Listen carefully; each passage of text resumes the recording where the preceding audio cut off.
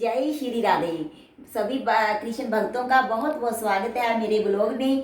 तो आज 4 सितंबर 2021 को श्री कृष्ण जन्माष्टमी के पश्चात लड्डू गोपाल जी की छठी बनाई जा रही है। तो इस छठी पर सब कृष्ण भक्तों को बहुत बहुत मुबारक, बधाई। जैसे आप जानते हैं कि कृष्ण जन्म पर जब कृष्ण जी का जन्म हुआ तो उससे सारे वृंदावन में बहुत ज़्यादा खुशियाँ मनाई गई। तो 5 दिन बहुत ज़्यादा नंद बाबा के घर उत्सव हुआ और छठे दिन जैसे हमारे आम घरों में बच्चों का जन्म होता है तो भगवान की छठी बनाई गई। तो उस दिन भगवान की छठी कैसे बनाई गई, उनका कैसे नाम रखा गया, तो यह सब विधि मैं आपको बताऊंगी। और ये बताने से पहले मैं एक बात क्लियर करना चाहती हूँ कि सभी लोग अपनी हैसियत के मुताबिक इसे बनाएं। ऐसा नहीं है कि आप जो जो शास्त्रों में बताया गया है, आपकी इतनी पोजीशन नहीं है, अफोर्ड नहीं कर सकते तो ठाकर जी नाराज हो जाएंगे। तो भगवान गीता में कहते हैं कि मैं तो पत्थर और पुष्प, जो भी भगत मेरे को बड़ी श्रद्धा और प्रेम से अर्पण करता है मैं उसी का हो जाता हूँ। मुझे सोने चांदी मोतियों की या अच्छे अच्छे पकवानों की कोई ज़रूरत नहीं है। अगर आपके पास नए वस्त्र नहीं है, मैं तो शास्त्र विधि बता रही हूँ, तो आप दुल्हा हुआ कृष्ण जी को वस्त्र ही अर्पण कीजिए। तो वो प्रेम से भाव से कीजिए। ऐसा ना हो कि हम पखंड में पढ़कर अपने हिंदू धर्म की कोई बदनाम कर दें। बहुत से लोग लड्डू गोपाल जी को घर में विराजमान करते हैं, परंतु झूठ, फ्रेब, हेरा फेरी और बहुत से झूठ औरतें खड़े खड़े ही बोल देती हैं। तो उसी बात का कोई फायदा नहीं है। भगवान की भक्ति का अर्थ ही जीवन में ईमानदारी और सिद्धांतों को सिद्धार्थ धारण करना है। श्री राधे राधे। तो लड्डू गोपाल जी के छठी महोत्सव पर भगवान जी को वस्त्र पहनाए जाते हैं नए। जैसे बच्चे के जन्म पर हम नए वस्त्र पहनाते हैं, जे घर में ही हमने ड्रेस तैयार की है। पीले रंग के वस्त्रों का लड्डू गोपाल जी को इस दिन पहनाने का खास महत्व है। पीला रंग कृष्ण जी को वैसे भी प्रिय है। अगर आपके पास पीले वस्त्र है तो वस्त्र पीले पहनाइए। अगर आपके पास नहीं है तो जैसे कि शास्त्रों में भी कहा गया है, भक्ति भाव से जो भी अर्पण कीजिए। ठाकुर जी के लिए नए मैं कंगन लेकर आई थी, जे मुकुट जैसी उनकी इच्छा से उन्होंने दया और नया हार, सभी कुछ ठाकर जी को नया पहनाएंगे। तो उसके पश्चात आज के दिन ठाकर जी को पंचामृत से स्नान कराए। ये तो दूध है जो हम रूटीन में भोग लगाते हैं भगवान जी को, दूध का भोग लगाएंगे और मीठे का। और ये है पंचामृत। ये कैसे तैयार किया जाता है मैं आपको बता देती हूँ। वैसे इसका वीडियो मैंने रक्षाबंधन पर मिला था, जिसमें घी, दूध, दही, शहद और शक्कर, गंगा जल, इतने चीज़ें मिलाई जाती हैं। और ये माखन मिश्री रखा है, ठाकुर जी का प्रिय भोग, ठाकुर जी को अर्पण करने के लिए उसमें तुलसी दल डाला गया है। और ये शंख है, शंख से विशेष स्नान किया जाता है। ये मैंने ठाकुर जी के लिए चंदन घिस कर रखा है और इसमें 2-4 पंखुड़ियाँ हम इसकी मिला लेंगे, केसर की, क्योंकि जब भी कोई शुभ दिन होता है, जैसे हम अपने बच्चों को केसर कस्तूरी का तिलक करते हैं, कस्तूरी तो बैन है, तो उसी प्रकार ठाकुर जी को भी बढ़िया से बढ़िया अपनी तरफ से हम अर्पण करते हैं। इससे कलर भी आ जाएगा और सुगंधित पदार्थ भी ठाकुर जी को अर्पण किए जाते हैं। तो इस प्रकार से सभी चीज़ों की हमने तैयारी कर ली है। और दोपहर 12 बजे ठाकुर जी को छठी के दिन हम जो भी अपनी हैसियत के मुताबिक अर्पण कर सके उसका भोग अर्पण कीजिए। वैसे इस दिन कढ़ी चावल अर्पण किए जाते हैं भगवान जी को। और दूसरी बात, कोई भी मीठी चीज़ अर्पण कीजिए घर में। जैसे हम बच्चों के जन्मदिन पर मीठे मीठे पकवान बनाते हैं, जैसे खीर, पुए, जो भी प्रसाद, हलवा और जो भी आप पक्का भोजन, पक्की रसोई बनाकर ठाकुर जी को परोठा, पूड़ी, जो भी है आपके घर में अर्पण कीजिए। और अब मैं पूजा शुरू करती हूँ। सबसे पहले हम गणेश जी की, लक्ष्मी जी की पूजा करेंगे। तो गर्मियों के कारण मैं ठाकुर जी को कॉटन की वस्त्र पहनाती हूँ और इन्हें हमने उठा दिया है। अब हम रूटीन में पूजा करेंगे। और जो भी त्यौहार बने हैं उनका जो मकसद है वो हमें जीवन में अच्छाइयों को धारण करना होता है। इस दिन हम झूठ फ्रेब ना करें, किसी का मन ना सताएं और अपनी श्रद्धा के मुताबिक अगर हमारी हैसियत है तो हम थोड़ा बहुत पीले वस्त्रों का दान कीजिए। पीले वस्त्र इसलिए दान किए जाते हैं कि इससे गुरु मजबूत होता है। गुरु हमारा शिक्षा का, धन को देने वाला, घर में जो बरकत डालने वाला है। अगर हम बच्चों के, हमारे बच्चे बुद्धि में कमज़ोर हैं, डिप्रेशन में हैं, उनका पढ़ाई में मन नहीं लगता, तो उनके हाथ से आप जितने भी एक दो गरीबों की वस्त्र दिवा दीजिए, दान करवा दें, तो इससे सब कुछ ठीक हो जाता है। जय गणेश देवा, माता जानकी पार्वती पिता महादेवा, फूल चढ़े पान चढ़े और चढ़े मेवा लड्डू, उनका भोग लागे, संत कर दे सेवा, एक दंत दयावंत चार भुजाधारी, मस्तक संदूर सो मुझसे की सवारी, गणेश जी भगवान स्नान करो, जो शिव पार्वती जोड़ा कभी ना आवे थोड़ा, शिव पार्वती जोड़ा कभी ना आवे थोड़ा, जय कार्तिकेय देवता स्नान करो, जय भगवान, जय नंदीगण प्रणाम है, जय नाग देवता प्रणाम है, हर हर गंगे हर हर गंगे हर हर गंगे हर हर गंगे, ओम नमः शिवाय, ओम नमः शिवाय, ओम नमः शिवाय, ओम नमः शिवाय, ओम त्र्यंबकम जजामहे सुगंधिं पुष्टिवर्धनम उर्वारुकमिव बन्धनान्वितो मुक्षीये मामर्तात्। हे जय श्री शालिग्राम भगवान जी, कोटि कोटि प्रणाम है, नमस्कार है शालिग्राम भगवान, आपके श्री चरणाच कोटि कोटि प्रणाम है, नमस्कार है। ये भगवान के लिए हमने अलग से टावल लगा कर रखा है मंदिर का, जिससे हम भगवान जी को बाद में ऐसे साफ करते हैं। तो ये भगवान जी की चरण पादुकाएं हैं, खड़ाएं हैं, इसका मुख है जो हमेशा अंदर की तरफ होना चाहिए, ताकि भगवान जी हमारे घर में ही विराजमान रहे, कभी भी बाहर की तरफ नहीं होना चाहिए।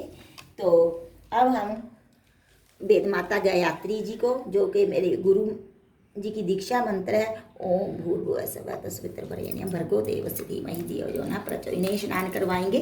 सभी देवी देवताएं जो हमारे मंदिर में विराजमान है, उन सभी को सबसे पहले गणेश गौरी जी की पूजा की जाती है। उसके बाद जैसे भी आपके देवी देवते विराजमान है, आपकी श्रद्धा है, जय माँ दुर्गे अम्बे गौरी नारायणी सिंह सवारी, अष्टपूजी माता शक्ति रूपा शक्ति दो माँ, चिंतापूर्णी नैना देवी, कोल कांगड़ा ज्वाला माँ, वैष्णो माँ, चामुंडा माँ, जय माँ शक्ति रूपा शक्ति दो। जय ठाकुर जी का हमने पल्ला डाला था जन्म के समय, जन्माष्टमी पर।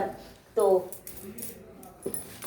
जय श्री बद्रीनाथ जी, जय श्री बद्रीनाथ जी, जय श्री गंगा जी, जय श्री। हम अपने गुरु जी को, गुरु माता जी को जय, गुरु पिताजी जय, गुरु माँ जय, समाधि स्थल जो शांति कुंज हरिद्वार में हमारे गुरु जी हैं गायत्री के, इन्होंने बहुत साधना की है, तो इनका बहुत अच्छा साहित्य है, जो हमें समाज में ईमानदारी से कैसे चलना है, देश के लिए देशभक्ति का, जो मेरे हमारे गुरु जी हैं, फिर ये देश भगत भी रहे हैं, फ्रीडम फाइटर भी रहे हैं। तो इन्होंने बहुत सा साहित्य लिखा है, जिसमें इन्होंने अपने जीवन को कैसे सुधारें उसकी तरफ ही ध्यान दिया है।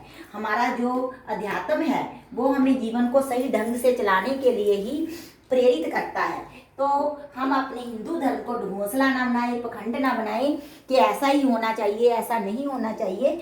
हमारा हिंदू धर्म बहुत ग्रेट है। जैसे इन्होंने सुबह नहाने धोने का मतलब रखा है प्रावधान, तो उसका मतलब ही यही है कि हम जीवन को जल्दी उठेंगे, जीवन में अच्छे काम करेंगे, जिससे हमारे जीवन में कोई टेंशन नहीं होगी। तो अब हम ठाकर जी को विशेष स्नान कराएंगे आज छठी पर। वो किस प्रकार से कराना है, सबसे पहले हम ठाकर जी के आज पुष्प, सारे छठी है तो पुष्पों के ऐसे एक जाल सा बना देंगे, अच्छा लगता है। भगवान के चरणों कमलों में भी पुष्प अर्पण कर देंगे। मेरे घर में जो भी पुष्प थे मैंने वही उठाए हैं, शालिग्राम जी पर भी अर्पण कर देंगे, और वेद माता गायत्री जी भी पर पुष्प अर्पण कर देंगे। भगवान के झूलों को भी ऐसे पुष्पों से सजा देंगे कि अच्छा लगता है। जब भी कोई, जैसे हमारे घर में शादी विवाह होता है, हम डेकोरेशन करते हैं, आज भगवान की छठी है तो उनका भी हम ऐसे ही तैयार करेंगे झूला वगैरह कि अच्छा लगे। भगवान जी को वैसे भी पुष्प बहुत प्रिय है। तो जय गुरुदेव, जय गुरु माँ, स्वीकार करो, ऐसे हमने करना है। तो दूसरी बात, लड्डू गोपाल जी को स्नान कराएंगे, नए वस्त्र पहनाएंगे। तो हम कैसे करेंगे मैं आपको बताऊंगी इनकी पूजा। से पहले जब भी हम पंचामृत से स्नान कराते हैं तो भगवान जी को पहले जल से स्नान कराया जाता है। अगर आपके पास शंख है तो आप शंख से कराइए, नहीं जो जैसे मेरे पास छोटी सी ये गड़बी है, कोई कटोरी है, आप उससे कराएं। ओम नमो भगवते वासुदेवाय, ओम नमो भगवते वासुदेवाय, ओम नमो भगवते वासुदेवाय। शंख से इसलिए स्नान कराया जाता है क्योंकि जो शंख है वह समुंदर से पैदा होता है और समुंदर माता लक्ष्मी जी का भाई है और लक्ष्मी भगवान विष्णु जी को बहुत प्रिय है। देखिए इसमें हमने सभी चीज़ें मलारिया पंचामृत से स्नान करवाएंगे। ये पहले मैं निकाल देती हूँ जल क्योंकि बहुत ज़्यादा है, इससे फिर हम सभी भगवान जी का चरणामत समझकर ले लेंगे। ओम नमो भगवते वासुदेवाय, ओम नमो भगवते वासुदेवाय, ओम नमो भगवते वासुदेवाय। ये शक्कर शहद सभी आपको दिखाई दे रहा है। इस प्रकार से हमने तैयार करना है। अगर आपके पास किसी भी चीज़ का अभाव है तो आप ऐसा मत मानिए कि ये तो चीज़ नहीं है, भगवान नाराज़ हो जाएंगे, मेरे पास तो ये नहीं है वो नहीं है। अगर दूध ही है तो दूध ही अर्पण कीजिए। बस हमारा इन त्योहारों का मतलब ये होता है कि उस दिन हम भक्ति में लीन रहें, अच्छे कर्म करें और ओम नमो भगवते वासुदेवाय भगवान का ध्यान करते हुए समय व्यतीत करें, सात्विक रहें। तो सात्विकता का बहुत महत्व है हमारे जीवन में, सात्विक रहने का। तो इस प्रकार से शंख से बाद में भी स्नान कराया जाता है। पंचामृत से स्नान कराने के पश्चात भगवान को फिर से शंख से स्नान करवाया था। ओम नमो भगवते वासुदेवाय, ओम नमो भगवते वासुदेवाय। तो अब भगवान जी का स्नान तो हो गया है, तो अब हम इन्हें अच्छी तरह जिस प्रकार हम अपने बच्चों को पोंछते हैं टॉवल से अच्छी तरह है, तो उसी प्रकार इनको भी साफ करके नए वस्त्र पहनाएंगे, नए आभूषण पहनाएंगे। तो इस दिन भगवान जी को काजल लगाया जाता है। जैसे हम चाहते हैं कि क्योंकि जब भगवान का श्रृंगार किया जाता है तो ऑटोमेटिकली जब हम भी नए वस्त्र धारण करते हैं तो बहुत अच्छे दिखाई देते हैं। तो उस दिन भगवान जी को भी माता जी यशोदा ने काजल लगाया था ताकि मेरे लल्ला को किसी की नज़र ना लगे और उनकी आरती उतारी थी, नज़र उतारी थी। तो इसी प्रकार इस दिन काजल लगाया जाता है। जिस उंगली से हम काजल लगाते हैं वही उंगली का काजल हम अपने बच्चों को भी लगाते हैं। तो काजल किस प्रकार से बनाना है वो मैं आपको बता दूंगी। घर का बना काजल तो वैसे ही अच्छा होता है, बहुत आसानी से बन जाता है। जो हम भगवान जी के आगे दीपक जगाएंगे उसी की लो से काजल तैयार कर हम अपने ठाकर जी को अर्पण करेंगे। हमारे ठाकर जी तो भाव के भूखे हैं, इन्हें किसी चीज़ की ज़रूरत नहीं है, ये तो सबको देने वाले हैं। ये तो इन्होंने एक परंपरा बनाई है कि उस दिन हम प्रसाद बनाएंगे जो बांटेंगे, तो इससे घर में प्रेम बढ़ेगा आपस में। तो ये तो एक भाव होता है। तो पर हम लोग क्या करते हैं कि अपने हिंदू धर्म को इतना हमने गिरा दिया है कि ऐसा नहीं ऐसा नहीं। और अगर हम ठाकुर जी विराजमान करते हैं तो इसका उद्देश्य यही है कि हम सात्विक आहार विहार रखेंगे, क्योंकि जिस घर में भगवान साक्षात विराजमान होते हैं सभी को मालूम है कि उस घर में मदिरा, शराब, सिगरेट, बीड़ी किसी भी नशीले पदार्थों का सेवन नहीं किया जाता। इसका मेन उद्देश्य तो यही है, जीवन को आगे बढ़ाना, जीवन में सात्विकता लाना।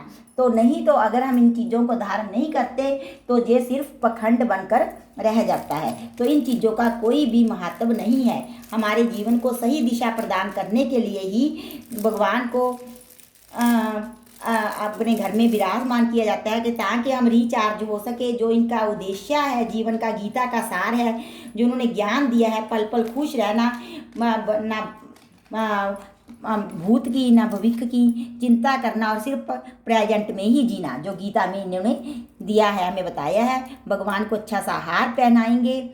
तो ये हार पहनाया जा रहा है, ठाकर जी का पूरा श्रृंगार किया जा रहा है। तो इस प्रकार से हमने ठाकर जी को खुश करना है, अपने भगवान जी को अपने अच्छे कर्मों से खुश करना है। ये तो सिंबॉलिक है, सिंबल मात्र है इनका, तो एक सिंबॉलिक महत्व है कि हमने ऐसा करना है ताकि हम इन चीज़ों को करते करते इसमें इतना रम जाएं कि अपने जीवन को सार्थक करें। जैसा कि हमारे गुरु जी बताते हैं कि ज्ञात्री के 3 तारों का जनेऊ धारने का, जीवन में तीनों तरह के पवित्रता धारण करना है, मन, वाणी, वचन से। और हमारे ठाकर जी बिल्कुल तैयार हो गए हैं। देखिए इनके कंगन तो हम भूल ही गए हैं पहनाना, तो कंगन पहनाएंगे। तो कई लोग इस दिन इनको काला धागा बांधते हैं या काले नजरिए भी पहनाते हैं, जैसे बच्चों को जन्म पर उनको पहनाए जाते हैं कि इनको किसी की नज़र ना लगे। तो उसी प्रकार से ठाकर जी तो बन तन कर तैयार हो गए हैं बिल्कुल अपने पल्ला में झूलने के लिए। देखिए लल्ला तो बिल्कुल तैयार हो गए हैं।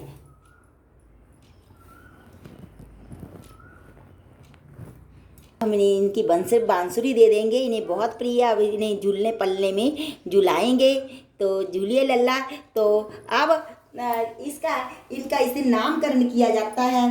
तो क्या कारण है कि भगवान जो हर टाइम इनके आगे जल रखते हैं हम, जो जैसे हम बच्चों के लिए रखते हैं, तो उसी प्रकार इनके आगे हर रोज जल की सेवा की जाती है। अब इनको तिलक चढ़ाएंगे। पहले गणेश लक्ष्मी जी को चढ़ाएंगे। हमारे शास्त्रों में सबसे पहले गणेश जी की पूजा की जाती है, फिर इनको भी टीका लगाएंगे। चंदन से इसका कलर बहुत अच्छा और केसर से बहुत अच्छा कलर आ गया है। चंदन में जिसका पीला पीला बन गया है। ठाकुर जी को खूब अच्छी तरह से लगाएंगे। गणेश जी जय कार्तिकेय देवता, जय नंदीगण, जय नाग देवता, जय श्री शालिग्राम महाराज, जय धन्वंतरी भगवान, जय राम जी, जय लक्ष्मण भ्राता जी, जय काटाले बाबा जी, जय बद्रीनाथ जी, जय जय मोर मुकुटधारी भगवान। पहले इनको गोल तिलक करेंगे, फिर इनके माथे पर ऐसा पूरा लेप कर देंगे कि आज लल्ला का जन्मदिन है। ऐसे पूरा में लेप कर देंगे। ऐसे ठाकुर जी के लल्ला। तो अब हम क्या करेंगे, अपने लल्ला को तो हमने तैयार कर दिया है। भगवान शिव जी को तिल का अर्पण करेंगे, क्योंकि शिव का चढ़ा हुआ किसी भी देवता को बाद में अर्पण नहीं किया जाता। इसलिए हमने जय गुरु पिता जी, जय सारे लाठी, जय माँ घोड़ा पार्वती। देवियों को हमेशा कुमकुम से तिलक किया जाता है। जय वेद माता गायत्री माँ, जय श्री दुर्गा जी अष्टभुजी माता, जय श्री दुर्गा जी, जय श्री दुर्गा जी, जय माँ जमुना जी, जय श्री गंगा जी, जय सीते माते, जय माँ लक्ष्मी, जय माँ सरस्वती, जय माँ काली, जय गुरु पिता जी, जय गुरुदेव, जय गुरुदेव, जय वेद माता गायत्री माँ, जय वेद माता गायत्री माँ, जय गुरु माँ, कोटि कोटि परिणाम है, नमस्कार है गुरु पिता। ये तो एक कथा भी प्रचलित है जो मैं आपको सुनाती हूँ कि इस दिन क्या हुआ। सारे नंदगान में बहुत उत्सव बन रहा था, बधाइयाँ बज रही थी। तो भगवान अचानक बहुत रोने लगे। तो जब रोने लगे तो सभी देवी देवताएं जो स्वर्ग में थे चिंतित हो गए। वो भगवान विष्णु जी के पास गए कि भगवान तो एकदम से चुप ही नहीं कर रहे हैं, बहुत रो रहे हैं, तो अब क्या किया जाए। तो क्या किया, देवी देवता ने जो जोग माया थी, महामाया थी, उसको भगवान जी के घर भेजा। तो वो भगवान को हंसाने लगी भगवान के पास ऐसे। तो भगवान उनकी तरफ देख देख कर बहुत खुश होने लगे। तो यशोदा मैया को एकदम ख्याल आया। तो लल्ला तो एकदम चुप कर गया कि क्या बात है। उन्हें बहुत अच्छा लगा। उन्होंने भगवान जी को गोद में उठा लिया और उनको तरह तरह के नामों से पुकारने लगी। तो जोग माया थी, जो महामाया थी, उन्होंने क्या सोचा, वो तो निराश होगी, एकदम से हताश होकर बैठ गई। तो जब लल्ला के साथ खेल रही थी तो मुझे बहुत आनंद आ रहा था। तो उन्होंने भी भगवान से अपने मन ही मन भगवान विष्णु का ध्यान किया कि अब मैं क्या करूं, भगवान तो मेरे से दूर हो गए हैं। वो माता यशोदा की गोद में जाकर बैठ गई हैं। तो उन्होंने भगवान विष्णु ने कहा कि आज के बाद जो भी छठे दिन बच्चों की छठी बनाएगा तो उससे पहले आप बच्चों के साथ रहोगी 5-6 दिन तक, उन्हें खूब हंसाओगी, उनका भविष्य निर्धारित करोगी, तो आप बच्चों की मुस्कुराहट का आनंद लेगी। तो इसीलिए कहा जाता है, हमारे पंजाब में कोई बोलता है स्यो माता, कोई भाग्या माता, शास्त्रों में अलग अलग स्टेटों में अलग अलग नामों से इसे पुकारा जाता है। तो कहते हैं कि वो जो माया होती है बच्चों को हंसाती है, इसलिए बच्चे अचानक हंसते रहते हैं अकेले में ही। तो उसके बाद भगवान ऐसे मतलब मुस्कुराने लगे। तो उसी बाद भगवान की छठी और आम लोगों में भी बनाई जाने लगी, क्योंकि छठे दिन भगवान को अन्न का भोग लगाया जाता है। उससे पहले भगवान को हम जो फलोहारी भोग लगाते हैं, जैसे कुट्टू के आटे का, सामा के चावल का और भी बहुत सी चीज़ें, संघाड़े की ऐसी मीठी मीठी चीज़ें बनाकर, या मिठाइयाँ, पेड़े, बर्फ़ी जो भी होते हैं फलोहारी, उसका भोग लगाते हैं। और छठे दिन हम भगवान को अन्न अर्पण करते हैं। तो एक कथा है कि भगवान का लड्डू गोपाल नाम भी क्यों पड़ा। एक भगवान के परम भगत थे, तो इसी दौरान हम दिया भी जगा लेते हैं ताकि हम काजल तैयार कर सकें। तो जो भी आपने पूजा करनी होती है, हमें हमेशा सिर ढककर करनी चाहिए, कभी भी नंगे सिर नहीं करनी चाहिए, क्योंकि आजकल लोग वेस्टर्न होते जाते हैं। वैसे पखंड तो ज़्यादा हो गया है कि भगवान जी को ऐसे करने हैं, महंगी से महंगी ड्रेस पहनानी है। जो हमारी असली परंपराएं हैं उसे हम भूलते जा रहे हैं, ज़्यादा वेस्टर्न होते जा रहे हैं। जबकि इन सभी बातों का महत्व इसलिए है कि हम अपनी संस्कृति सभ्यता को मत भूलें, उसके साथ जुड़े रहें, अपनी जड़ों के साथ जुड़े रहें। तो इसीलिए ये सब कुछ बनाया जाता है, परंतु हमारा दुर्भाग्य है कि हम अपनी इतनी अच्छी परंपरा को छोड़कर वेस्टर्न की कल्चर को अपनाते जा रहे हैं। वो जय दीप ज्योति, कोटि कोटि प्रणाम है। तो हमें अपनी जड़ों के साथ जुड़ना चाहिए, अपने संस्कारों को नहीं छोड़ना चाहिए। जो मेरा दूसरा चैनल है कुकिंग विद रेनू वाला, उसमें मैं यही अपनी भारतीय कला परंपरा खाने को ही ज़्यादा महत्व देती हूँ कि हम अपने बच्चों को हमारी जो भारतीय व्यंजन पाक कला है उसके बारे में ही ज़्यादा जागरूक करें और अपनी भारतीय व्यंजन पाक कला को आगे बढ़ाएं। काजल कैसे बनाया जाता है, आप कोई भी पीतल का, चांदी का, जो भी असली धातु होते हैं उसका चम्मच ले लीजिए और ऐसे दिए पर रख दीजिए। इससे वो लो कुछ ही पल में तैयार हो जाएगी। घर में बच्चों के लिए भी इसी प्रकार से बनाई जाती है। थोड़ा ऐसा करके कि इसकी लो भी ना शांत हो, हम ऐसे लगा देंगे तो थोड़े ही टाइम में ये तैयार हो जाएगी। अपने कानों को पहना काजल का टीका लगाने के लिए काजल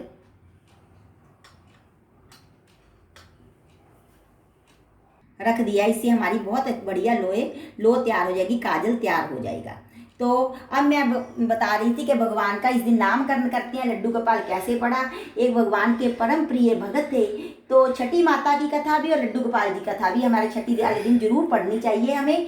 तो भगवान के वृंदावन में एक बहुत परम प्रिय भगत थे कुमन दास जी, और वो इतने भगत थे कि भगवान को भोग लगाते थे। भगवान में उनकी बहुत श्रद्धा थी। तो एक दिन क्या हुआ कि वो ब्राह्मण थे और भागवत करने जाते थे।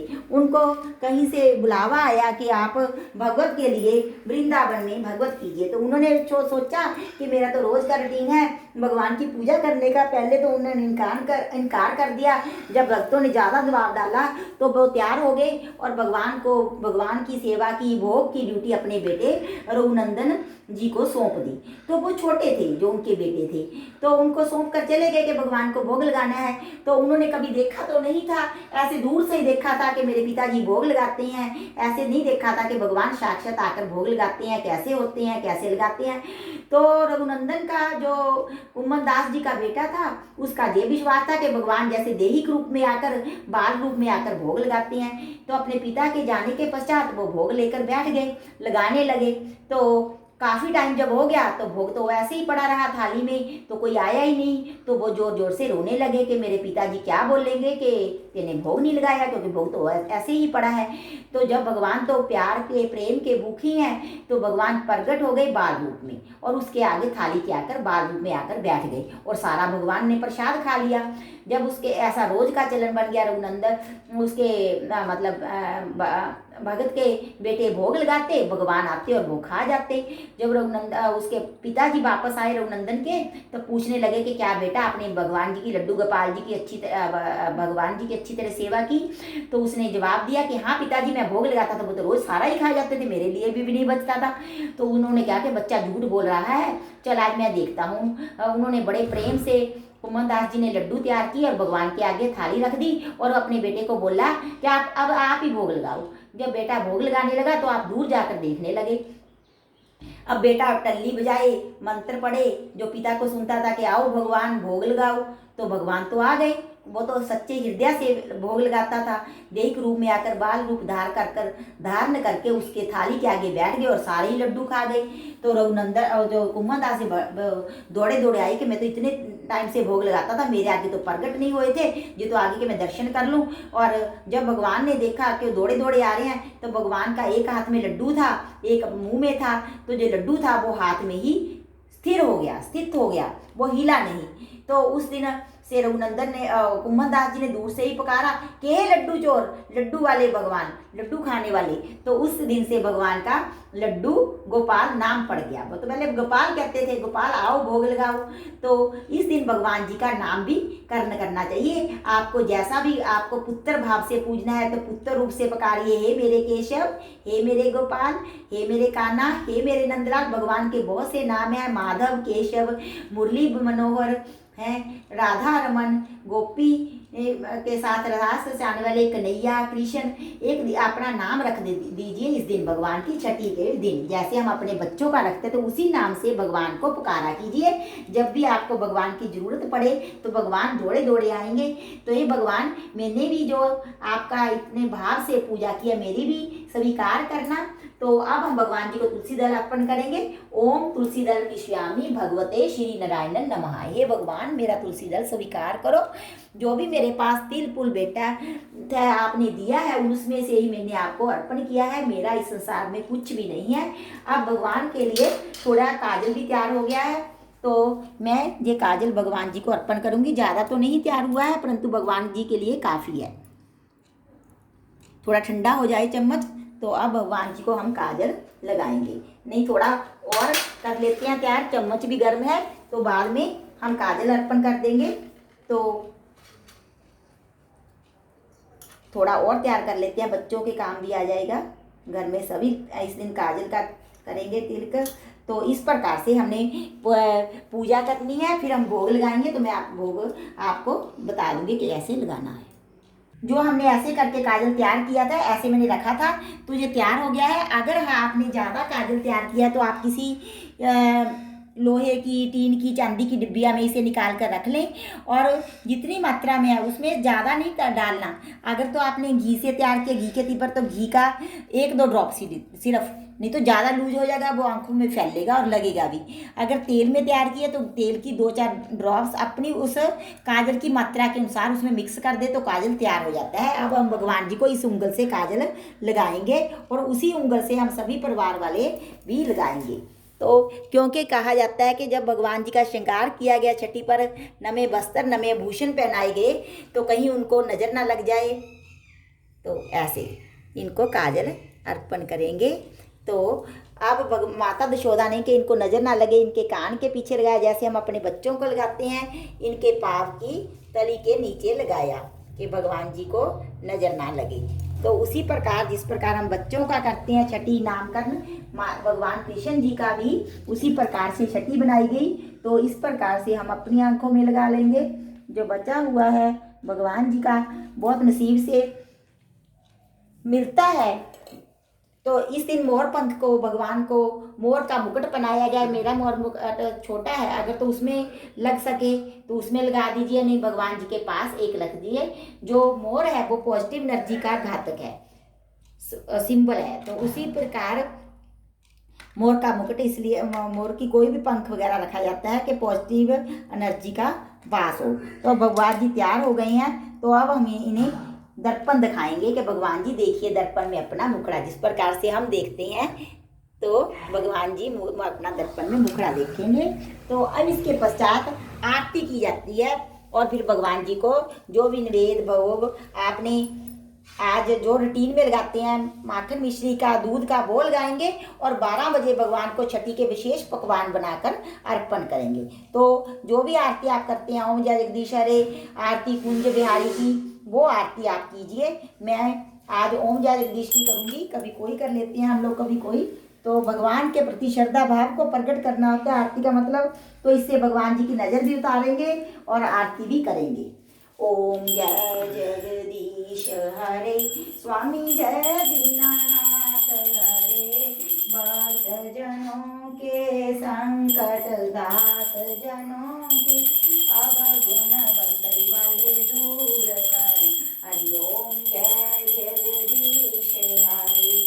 करने के पश्चात आप भगवान जी को जो भी रूटीन में भोग लाते, जैसे दूध का, मीठी वस्तु का और आज माखन मिश्री का तुलसी डालकर भोग अर्पण कीजिए। तो अब हम भगवान जी को प्रसाद अर्पण करेंगे। फिर आप ये भगवान को जो भी आगे का प्रोसेस है आप देखते रहिए। इसी प्रकार से भगवान की, तो हम भगवान जी का आह्वान करेंगे, आप आइए और भगवान जी हमारा जो तिल पुल हमारे पास है उसी को आप कबूल कीजिए, प्रवान कीजिए, मंजूर कीजिए। भोग लगाओ प्रभु जी साडा भोग गरीब दा पिलनी के वेर सुदामा के तंदल रुच रुच भोग लगाओ श्याम जी साडा भोग गरीब दा करो। अब इसके बाद भगवान से क्षमा याचना कीजिए। भगवान जो भी मेरे से बन पड़ा, आपने जैसा भी करवाया, जैसे कहते हैं कि भगवान जी के हुक्म के बिना तो एक पत्ता तक भी नहीं झूमता, तो जैसा भी मेरे बन से पड़ा उसी के अनुसार मेरी पूजा को स्वीकार कीजिए। मेरे को क्षमा करना, मेरे जन्म जन्मांतरों के पापों को, अवगुण को माफ़ करना। आगे से हमें सारे परिवार को सद्बुद्धि देना, जिससे हम आगे का कुछ अच्छा कर सके, अपने जीवन में सफल हो सके। तो सबसे जरूरी संदेश ये है कि आपने देखा होगा भगवान को तुलसी अर्पण की जाती है। तुलसी कहाँ से आई? पेड़ पौधों से। भगवान को मोर मुकुट भगवान को हम कहते हैं कि मोर का पंख अर्पण कीजिए। ये किससे आया? जीव जंतुओं से, मोर से। ये वृंदावन इसलिए बोला जाता है कि वहाँ तुलसी को वृंदा कहा जाता है, बहुत से पेड़ पौधे थे। तो भगवान पर्यावरण के प्रति उस समय में कितने जागरूक थे। तो सबसे पहले तो हमने आज के दिन, छठी के दिन, ये प्रण लेना है कि हम भी अपने इन्वायरमेंट के प्रति, पर्यावरण के प्रति सतर्क रहेंगे, सुचेत रहेंगे, अवेयर रहेंगे, और हम कोई भी पेड़ पौधों को नुकसान नहीं पहुंचाएंगे, जीव जंतुओं को, ताकि हमें मोर के पंख भी प्राप्त होते रहें, तुलसी भी प्राप्त हो रहे, भगवान के लिए फूल भी, फल भी। भगवान को फल कहाँ से अर्पण करेंगे, फूल कहाँ से अर्पण करेंगे? ये मेरा जरूरी मैसेज है कि आप पेड़ पौधों की रक्षा कीजिए, ज़्यादा से ज़्यादा पेड़ पौधे लगाइए। जैसे हम अपने बच्चों के जन्मदिन पर पेड़ पौधे लगाते हैं, उसी प्रकार आज के दिन आप तुलसी के 5-6 पौधे तो जरूर बांटिए। जो लोकल के लोग हैं, वो मेरे घर में तुलसी के पेड़ पौधे हैं और करोंदों के हैं, गलगल नींबू के हैं, फ्री में हम वितरण करते हैं। जो जिन्हें भी जरूरत हो मेरे घर से आकर ले जा सकता है। कड़ी पत्ते के पौधे भी तैयार हैं, तो हफ्ते के अंदर अंदर आप ये पौधे हमारे से ले सकते हैं फ्री ऑफ कॉस्ट, और अपने घर में लगाइए, वातावरण को हरा भरा कीजिए, जल की सुरक्षा कीजिए।